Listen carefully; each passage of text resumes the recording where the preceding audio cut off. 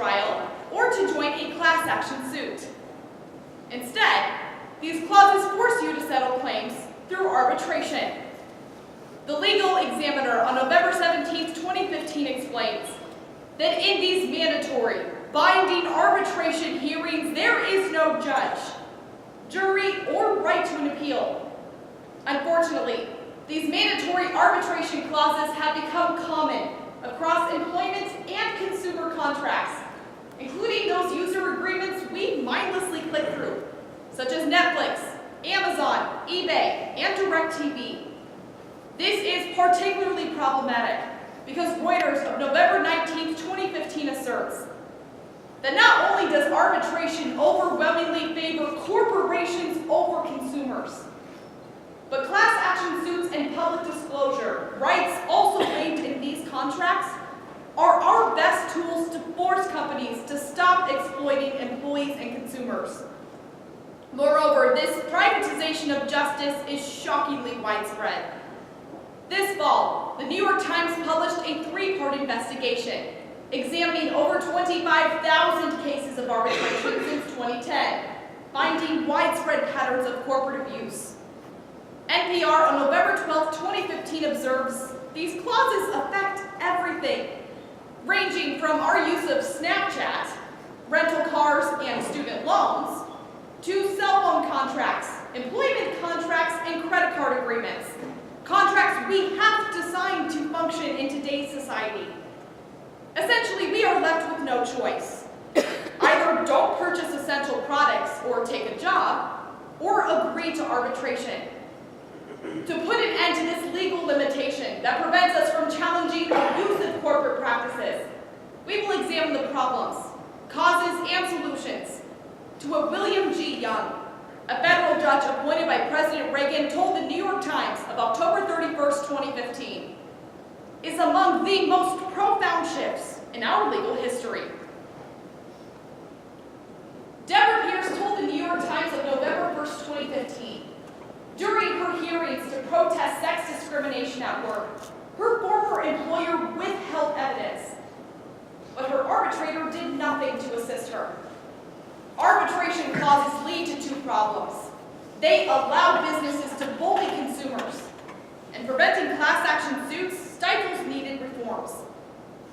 Initially, citizens don't get justice because arbitration allows businesses to bully consumers. Salon explained on November 3rd, 2015, that corporations use arbitration to gain the upper hand during consumer complaints. In fact, the Times found that 4/5 of arbitrations are won by the company, meaning they can implement unfair and even discriminatory policies without fear of reprisal. For example, the San Francisco Gate explained on March 19, 2015, that a group of NFL employees were discouraged from pursuing arbitration over abusive working conditions and poor pay after learning that Roger Goodell, the NFL commissioner, would preside over all arbitration hearings, ensuring the NFL's success. Thus, companies are free to rig the system and give themselves a get-out-of-jail-free card. Second, arbitration clauses prohibit class action suits, stifling needed reforms and breeding bad business. According to U.S. News and World Report on November 5th, 2015, by allowing plaintiffs to band together and share cost, class action suits help the disadvantaged fight the money and power of corporations. Bloomberg of November 24th, 2015 asserts that class action suits were essential to creating limitations on employment discrimination, enacting consumer protections, and leading to sexual harassment laws. For example, take the Hinkley groundwater contamination case, popularized by the movie Erin Brockovich. It saved lives, promoted needed reforms, and helped Julia Roberts win a long-awaited Oscar. However, because arbitration clauses prohibit citizens from joining such suits, in our modern legal environment, these changes would have never happened. Clifford Kane Jr. was shocked when his bank accounts were depleted by a debt collector seeking repayment for credit card debt times of December 22nd, 2015, Kane's suit against the collector was rejected, and he was forced into arbitration by a company whose tactics he couldn't compete with. The corporate favoritism of arbitration comes from two causes. Arbitration is biased and lack of transparency. Initially, arbitration is biased towards companies. The aforementioned legal examiner explains, these clauses often go as far as to name specific, private arbitration firms to handle all hearings. Not surprisingly, companies have little incentive to choose unbiased or fair-minded arbitrators. Using the most recent data available, a 2009 study published by the Center for Responsible Lending found that individual arbitrators who favor firms over consumers receive more cases in the future. Since voting for companies is the only way to ensure their employment status, arbitrations eliminate most any chance of consumer success. Second, there is a severe lack of transparency because no governmental agency oversees arbitration. The National Law Review on November 16, 2015 observes that the confidential nature of arbitration has always been a large selling point for companies, so their dirty laundry is not aired for the world to see. Moreover, the previously cited NPR explains that in those few cases where plaintiffs are successful, the results are sealed, meaning other victims can neither see the problems with these programs or use prior cases as legal precedent. Because no one oversees these practices and decisions are nearly impossible to appeal, there is virtually nothing that can be done to stop arbitration.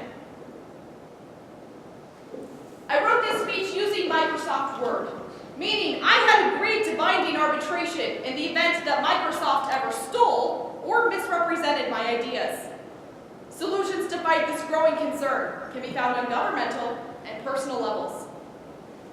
Initially, on a governmental level, legislative action is needed. According to The Hill of November 2nd, 2015, Senator Al Franken of Minnesota proposed the Arbitration Fairness Act of 2015, with Representative Hank Johnson of Georgia proposing similar legislation in the House. This act would make arbitration agreements unenforceable in employment, consumer, antitrust, and civil rights disputes, but is struggling to gain bipartisan support. It is imperative the law stop favoring corporations over us, but it will only do so if we make our voices heard. We need to promote and enact these legislative changes to equal the playing field. Second, on a personal level, there are avenues to protect you from forced arbitration. First, there is a simple solution. Read the fine print. As time-consuming as it may be, read contracts before simply clicking I accept or signing off. To save you time, you can use the Control-F function on your computer to search for arbitration clauses quickly and easily. The cited Times investigation shares that many of these clauses feature a brief window of time, often 30 to 45 days, for citizens to opt out of mandatory arbitration. Though most of us do not take advantage of this opportunity because we don't know it exists, these clauses contain the stipulations for opting out. Furthermore, according to the Wall Street Journal on March 13, 2014, a written declaration on the contract stating your objections to arbitration and that you feel as if you have no other option but to sign the contract, while not legally binding, can also help protect you from forced arbitration. For more information on arbitration, your rights, links to legal advocacy groups and digital resources, a sample opt-out agreement, and letters urging the restriction of these clauses, please see me after the round for one of these handouts. In my research, I found over 30 arbitration clauses in contracts for products and services I use every day, which are also included in the handout. After examining the problems, causes, and solutions, we see it's time to read the fine print. Most every American is plagued by these clauses, and it is far past time we regain our rights.